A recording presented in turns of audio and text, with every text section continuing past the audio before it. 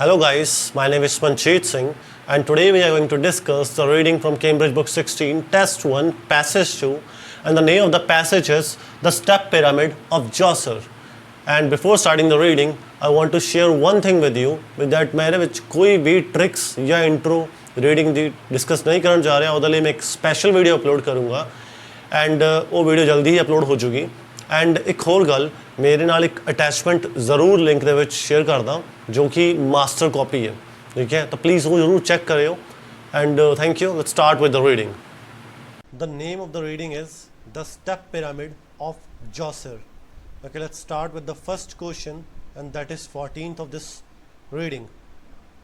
Okay, the answer of 14th is fourth, a single certainty among other less definite facts. Okay इस च की है एक single surety दे रखी है भी दूजे फैक्ट्स ਦੇ ਵਿੱਚ ਜੋ ਕਿ ਇੰਨੇ श्योरिटी ਨਾਲ नहीं ਦੱਸੇ ਹੋਏ। ओके सो ਉਹ ਕਿਹੜਾ ਹੈ, ਠੀਕ ਹੈ, ਫੈਕਟ ਜੋ ਉਹਨਾਂ ਨੇ ਦੱਸਿਆ ਹੋਇਆ ਆਪਾਂ ਉਹ ਡਿਸਕਸ ਕਰਾਂਗੇ। ਇਹ ਪੈਰਾਗ੍ਰਾਫ ਦੀ ਲਾਸਟ 4 ਲਾਈਨਸ ਪੜ੍ਹ ਲਈ ਆਪਾਂ। ਉਸ ਵਿੱਚ ਲਿਖਿਆ the evolution of the pyramid, ਠੀਕ ਹੈ, form has been written and argued about for centuries. Okay evolution जो भी होया पिरामिड का ना ਉਹਦੇ 'ਚ काफ़ी कुछ लिखा गया, काफ़ी आर्ग्यू किया गया सेंचुरीज तक भी कि किमें होया कि किमें नहीं, ठीक है, बने किमें सी। But however there is no question that, ठीक है, हालांकि भी एक चीज़ उत्ते कोई क्वेश्चन नहीं उस पर, ठीक है, जो कि उन्होंने लिखा है ऊपर सर्टनिटी जो आप हैडिंग पढ़ी सी तुसीं पढ़िया होगा, फोर्थ आंसर सी एंड सिंगल सर्टनिटी, ठीक है, तो श्योरिटी वो की है, ठीक है। There is no question that as far as Egypt is concern, ठीक है, आप इजिप्ट की गल करिए, it began with one monument to one king, ठीक है, एक मॉन्यूमेंट सीगा ते किंग सी बाय वन ब्रिलियंट आर्किटेक्ट, ठीक है, the step pyramid of Djoser at Saqqara, ठीक है। तो ये उत्ते कोई क्वेश्चन नहीं है भी ये इजिप्ट आप गल करिए तो एक मॉन्यूमेंट जो स्टार्ट होया किंग सी ब्रिलियंट आर्किटेक्ट सी जो कि स्टेप पिरामिड सीगा Djoser दा जो कि सकारा च। Okay let's move on to the 15th question. The answer of 15th is 7th, an idea for changing the design of burial structure. Okay, इस idea सी भी design change करना burial structure का, ठीक है। इट सिंपली मीनस भी कोई चीज़ पहला सी जिन्होंने बाद च ऑल्टर्ड किया गया, ठीक है, भी उन्होंने चेंज किया गया तो वो गल हुई है। ओके बी पैराग्राफ दे आप फर्स्ट लाइन तो ही पढ़ी है, लिखे Djoser was the first king of 3rd dynasty of Egypt, ठीक है, and the first to build in stone, ठीक है, जिन्हें कि मतलब स्टोन से विच बनाया होना I think monuments and prior to Djoser's reign, ठीक है, उस तो पहला की होंदा सी टॉम्स वर रेक्टेंगुलर, टॉम्स की सी जो कबरां होंदियां सी वो रेक्टेंगुलर सी, ठीक है, monuments made of dried clay brick, ठीक है, ड्राइड क्ले दी बनी होंदी सी इट्टां विच कवर्ड अंडरग्राउंड पैसेजेस, ठीक है, कवर करदी सी underground passages to where the deceased जो बंदा मर चुकिया पर्सन वॉज बरीड जो उत्थे दबाया होंदा सी, ठीक है, टॉम दे विच रखिया होंदा सी कबर दे विच। ते बट उस तो बाद, ठीक है, जो जी ऑल्ट्रेशन हुई, ठीक है, Djoser के मरण तो बाद और डेथ तो बाद for reasons which remain unclear, reason है बट वो अनक्लीयर है, Djoser's मेन ऑफिशियल जो मेन ऑफिशियल सी उस नेम वॉज इम्होटेप, उन्हें क्या किया, ठीक है, Imhotep conceived of building a taller, उन्हें क्या किया, उन्हें बिल्डिंग थोड़ी उच्ची बनाई, मोर इंप्रैसिव टॉम, बड़ी उन्हें वधिया इंप्रैसिव टॉम बनाई for his king by stacking stone slabs, ठीक है, on top of one another, एक दे ऊपर एक रखता गया and progressively making them smaller, उन्हें स्मॉलर बनाता to form the shape now known as the step pyramid, ठीक है, जिन्होंने अब अज स्टेप पिरामिड के नाम तो जानते हैं। तो की हुई है इस ऑल्टरेशनस हुई ने, पहला प्रीवियस डिजाइन उस तो बाद डिजाइन को चेंज किया गया, ठीक है, जो कि इतने डिस्कस किया हुआ 7th लग्या an idea for changing the design of burial structures, ठीक है, बरियल स्ट्रक्चर स्पैशली टॉम्ब की गल हुई है, ठीक है, जो कि कबरां होंदियां। Okay, 16th question, second answer, a difficult task for those involved, ठीक है, of course डिफिकल्ट कोई टास्क सी ਜਿਹੜੇ कि इन्वॉल्व ਸੀ ਉਹਨਾਂ ਲਈ, ठीक है, डिफिकल्ट टास्क ਇਹਦੇ ਬਾਰੇ ਗੱਲ ਹੋਈ ਹੈ सी पैराग्राफ ਦੀ लास्ट 3 ਲਾਈਨਸ ਦੇ ਵਿੱਚ, ਆਪਾਂ 4 ਲਾਈਨਸ ਹੀ ਪੜ੍ਹ ਲਈ। ਇਸ ਤੋਂ ਲਿਖਿਆ it had several plans, coffee plan C, before it became the first step pyramid in history, piling 6 levels of on top of one another, and उस तो बाद the weight of the enormous mass was a challenge, जो wait सीगा मतलब काफ़ी ज़्यादा भी चीज़ा जो ला रहे थे बिल्डर्स बना रहे थे उपर पत्थर रख रहे थे स्टोनस, वो काफ़ी वेट सी ਉਹਦਾ, ठीक है, मास was a challenge for the builders लिए चैलेंज सीगा, ठीक है, जो कि who placed the stones at an inward incline, ठीक है, अंदरले पासे झुकाया होया in order to prevent the monument breaking up, ताकि monument टुट ना जाए, बिखर ना जाए, ठीक है। तो ਉਹਦੇ ਬਾਰੇ ਗੱਲ ਕੀਤੀ ਗਈ ਆ। ਜਿਹੜਾ ਚੈਲੰਜ ਲਿਖਿਆ ਸੀ ਉਹਨੂੰ ਲਿਖਿਆ ਹੋਇਆ difficult task for those involve, ਜੋ ਉਸ 'ਚ ਇਨਵੋਲਵ ਸੀਗੇ, ਠੀਕ ਹੈ, ਜੋ ਉਹਨੂੰ ਬਣਾ ਰਹੇ ਸੀ। ਓਕੇ, ਲੈਟਸ ਨੈਕਸਟ ਦਾ ਫਿਫਥ ਆਂਸਰ ਹੈ 17th, ठीक है, an overview of the external buildings and areas. Okay, overview किस चीज़ का? एक्सटर्नल बिल्डिंग्स का एंड एरियाज का। ओके, ओवरव्यू इन्होंने डी पैराग्राफ के शुरू च ही दे रखे, ठीक है। जब आप सैकेंड लाइन तो ही पढ़िए जिस लिखा है द कंपलैक्स, जो कंपलैक्स है, ठीक है, अज तुम जानते हो कंपलैक्स की होंगे, कंपलैक्सिस बिल्डिंग्स होंगे जिहदे बहुत सारा कुछ मौजूद होंगे, ठीक है, लाइक मॉल्स लगा लो। ਹੁਣ ਸੈਕਿੰਡ ਲਾਈਨ ਤੋਂ ਪੜ੍ਹੀਏ the complex in which it was built was the size of a city.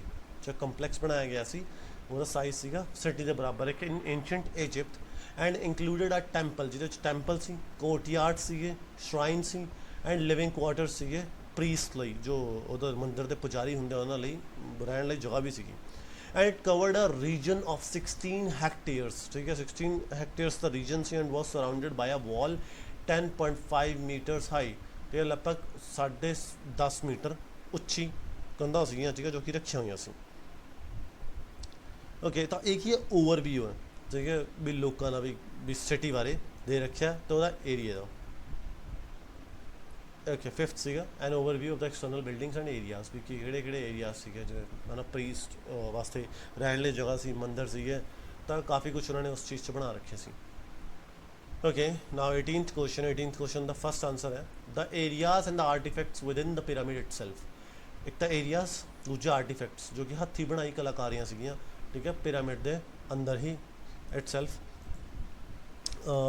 ये थोड़ा है ई पैराग्राफ फर्स्ट लाइन तो पढ़िए, जिसमें लिखा है the burial chamber of the tomb, जो बरियल चेंबर सीगा जिथे रखा जाता सी कबरां दे विच, where the king's body was laid to rest, रखी गई सी, was dug beneath the base of the pyramid, ठीक है, पिरामिड के बेस के थले रखी गई सी, and surrounded by a vast maze of long tunnels. उत्थे बहुत बड़ी भूल भुलैया बना रखी सी, वास्ट मेज जी भूल भुलैया होंगी है ऑफ लॉन्ग टनल्स, ठीक है, that had rooms off them to discourage robbers. तो उत्थे रूम्स बना रखे थे जो कि रॉबर्स उत्थे थक हार के बह जाते थे, वापस मुड़ जाते सी।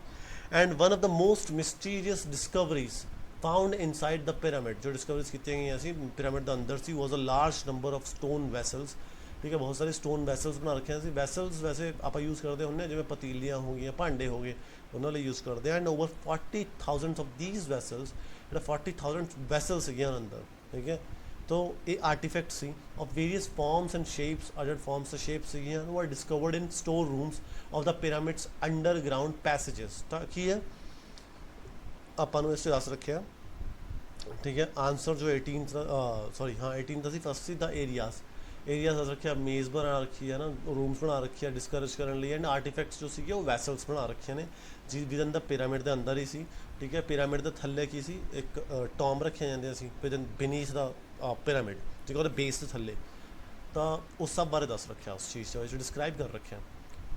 ओके, 19th का 8th आंसर है an incredible experience despite the few remains. Okay, मतलब इस असर है भी है ना, एक इनक्रेडिबल एक्सपीरियंस किसी लिए बहुत अच्छा एक्सपीरियंस रहा, उत्थे गया कोई कम, मतलब किसी का कम बनया होगा, बट ये दस रखा भी, ठीक है, भी उत्थे वो चीज़ा बहुत घट सी जो देखना आए सी। Incredible experience despite the remains बहुत घट सी जो भी सी समान। ओके, एफ पैराग्राफ की सैकेंड लाइन तो जब आप पढ़िए, उसमें लिखा जॉसर्स ग्रेव गुड्स, जो उत्थे गुड्स सीगियां, एंड इवन हिज बॉडी, ठीक है, वो की हो गया सी, चोरी कर लिया सीगा, were stolen at some point in the past दे विच चोरां ने चोरी कर लिया सी। And all archaeologist found were a small number of his valuables, तो बहुत ही घट वैल्यूएबल्स बच गई सी जो कि ओवरलुक करते हैं थीव्स ने मतलब देख गई सी, बट उन्होंने छड़ता, उन्होंने लेके नहीं गए, उन्होंने लग्या नहीं भी वो कीमती है। And there was enough left throughout the pyramid, काफ़ी कुछ बचा हुआ है पिरामिड के विच, and its complex however to astonish, ठीक है, बट वो लोगों, ठीक है, एस्टोनिश किया, अमेज किया, खुश होए ना, बहुत ज़्यादा देख के खुशी हुई उन्होंने।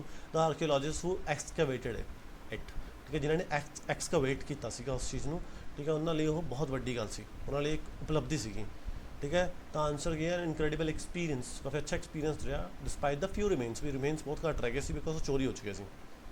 20th द सिक्स्थ आंसर है, a pyramid design that others copied. Okay, pyramid का डिज़ाइन जो कि दूजा ने कॉपी किया, ये है जी पैराग्राफ की लास्ट 2 लाइन्स जिसका लिखा था step pyramid was a revolutionary advance in architecture. उस समय यह काफ़ी ज़्यादा एडवांस सीगा architecture and became the architect type, ठीक है, archetype which all the other great pyramids builders of Egypt would follow. भी जो दूजे बिल्डर से उन्होंने फॉलो करना सी, ठीक है, किया भी उन्होंने। यही इतों स्टार्ट होया सी, इतों रेवोल्यूशन आया सी इस चीज़ में, ठीक है, जो कि एडवांस आर्कीटैक्चर शो किया गया सी उत्थे। सो आंसर की है ਇਹਦਾ 6th है जो कि लिखा सी pyramid design that others copied, pyramid का डिज़ाइन जो दूजा ने कॉपी किया। Okay, let's move on to the fill ups. Okay, जो कि 1 वर्ड आंसर है, the step pyramid of Djoser, ठीक है। स्टेप पिरामिड जो जॉसर का वो बारे गल की गई है, लिखा सी the complex that includes the step pyramid and its surroundings is considered to be as big as Egyptian city. Okay, the complex बारे जी गल हुई सी पैरा डी दे विच हुई सी, तुहानूं शायद याद होवे, जिहदे विच आपां नूं एरिया बारे दस्सिया गया सी, ठीक है, भी की चीज़ां हैगियां उहदे विच। तां क्वेश्चन की है, क्वेश्चन जो आप पढ़िए ध्यान नाल, the complex that includes the step pyramid and surroundings is considered to be as big as an Egypt city of the past, ठीक है, एक सिटी के बराबर सीगा, इन्ना वड्डा सी वो। एंड ये थोड़ा दिता गया है सैकेंड लाइन दे विच D paragraph, the complex in which it was built was the size of a city in ancient Egypt. Okay, size के बराबर सी, एक सिटी के बराबर था, तो एक complex, so city will be your answer here. Okay, and second line तो 22nd, the area outside the pyramid included accommodation that was occupied by priest. Okay, priest किहड़े हुंदे उत्थों दे पंडित पुजारी सीगे। ओके, तो यही आप पढ़िया सीगा, ठीक है, सेम पैरा दे विच ही जब आप पढ़िए डी पैराग्राफ दे विच थर्ड लाइन दे विच इत्थे लिखा है, एंड लिविंग क्वार्टर्स, क्वार्टर्स की एकोमोडेशन है फॉर द प्रीस्ट्स, ठीक है, वो ही सी विद इन द पिरामिड सी, टैंपल सी, कोर्टयार्ड सी, श्राइन सी, बट नाल लिविंग क्वार्टर्स भी सीगे पिरामिड के अंदर ही, ठीक है, प्रीस्ट लई, पंडितां लई, जो उत्थे दे पुजारी सी, sorry. Okay, a wall ran around the outside of the complex and a number of false entrances were built into the city. In addition, a long की है उससे लॉन्ग ट्रेंच बना रखी सी एंड सर्कल द वॉल, ठीक है। और trench आप किस चीज़ लिए बनाने, आप मोस्टली ट्रेंच बनाने होंगे भी जो कोई हमला हो ना ਉਹਦੇ ਲਈ ਉਹਨਾਂ ਤੋਂ ਬਚਾਉਣ ਲਈ। ट्रेंच ਕੀ ਹੁੰਦਾ, ट्रेंच एक टोआ ਹੁੰਦਾ, let me show you. Okay, a trench है, ट्रेंच की है मतलब भी जी आ बिल्डिंग है, मतलब समझ लो ये अंदर एनसर्कल्ड आ कंध बनी हुई है, तो आस पास ये बनाया गया होंगे ताकि कोई भी इतने आ ना सके, काफ़ी डूंगा बना रखा सीगा उन्होंने, ठीक है। तो trench encircled the wall. Okay, ये थोड़ा है डी पैराग्राफ दे विच, डी पैराग्राफ जो तुम पढ़ो 6th लाइन, ठीक है, डी पैराग्राफ जिससे लिखा था entire wall was then ringed by a trench, तो वो आस पास एक रिंग बनी हुई सी, पूरा घेरा पा रखा सी। ट्रेंच 750 मीटरस लॉन्ग, बहुत 750 मीटर लंबी ट्रेंच हो सी, एंड 40 मीटरस वाइड, तो काफ़ी ज़्यादा वाइड सी, ठीक है, जिहदे करके जो कोई आउंदा भी सीगा तो बड़ी मुश्किल उससे निकल पाता सी, अदरवाइज उन्होंने निगाह पै जांदा सी जो उत्थे आस पास मतलब सिक्योरिटी गार्ड होंगे।